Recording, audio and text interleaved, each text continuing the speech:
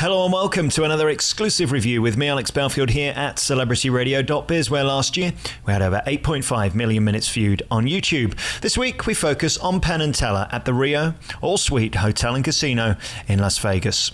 Penn and Teller are the bad boys of magic, the anti-magicians who push the boundaries and laugh in the face of the rabbit-out-of-the-hat illusionists. Star of Fool Us on the CW in the US and C5 in UK, Penn and Teller's TV show and specials are very different to the live show. Hugely enjoyable. On TV, Penn and Teller have warmth, wit, timing and charm.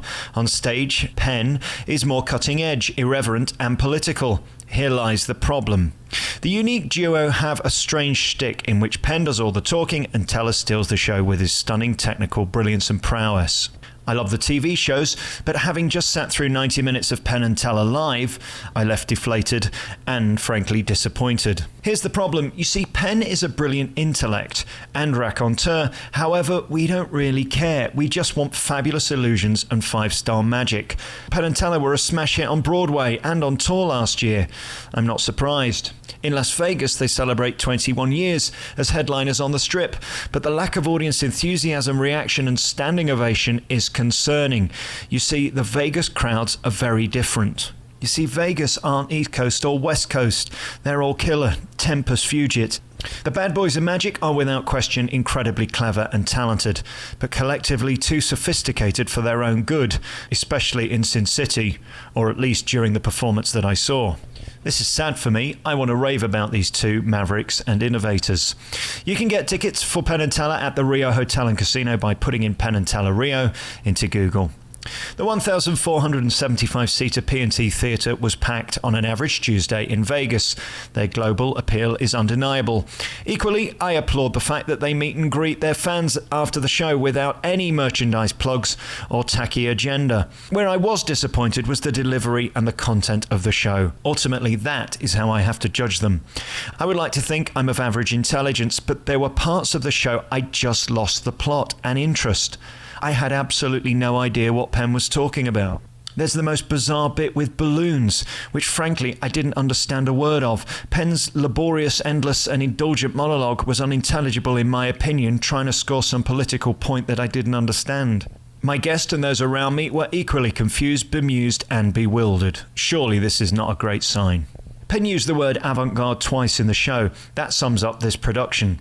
Too clever and arty for me and the average punter. Just be funny and brilliant, not a smart-ass with arty delivery and mind-boggling theatrics. Sadly, the new finale leaves you cold with convoluted sandwich animal traps routine. Sadly, so much talking that my ears were bleeding. Teller admirably played along, but as both P&T left the stage, theatre and show to little applause and no standing ovation, it all just fizzled out quietly. That was such a shame and surprise considering their previous gun finale, which left the crowd stunned, shocked and excited. Here's the problem. Magicians should be magicians. The only memorable and incredible parts of this show is when Teller does sensational magic like the stunning goldfish corn trick. It's five-star spectacular, clever and breathtakingly beautiful. Equally, when Penn was ad-libbing and being himself, it was glorious. But akin to Copperfield, when these guys enter into these long and ponderous monologues, it's painfully dull. Penn and Teller are magical geniuses, so why don't we get to see this in the show? My lesson in Vegas, opposite to Broadway and London, is that script is king. The reason we feel Criss Angel has the best magic show by a mile in Vegas is that it's all killer, no filler. The obsessions that people have in the business about his show is irrelevant. He's a master entertainer who gives the audience what they want. It seems to me the likes of Penn and Teller could learn from this. The Vegas minute is twice as quick as the New York and London minute. Why? Because the shows are half the length. Cut the crap and give us a spectacular magic show. We really don't care how you feel or what you think. We just want to be amazed. I'm so disappointed to write this review. Penn and Teller's TV specials are brilliant. Fool Us is great entertainment, but their Vegas show left me bored and cold. Please rethink the tone, I beg you. You're both better than this. I hate to say it, but a 2-star show with rare 5-star moments from Teller. This show for me is the biggest anticlimax on the Strip after my private late-night moments in Belfield's boudoir.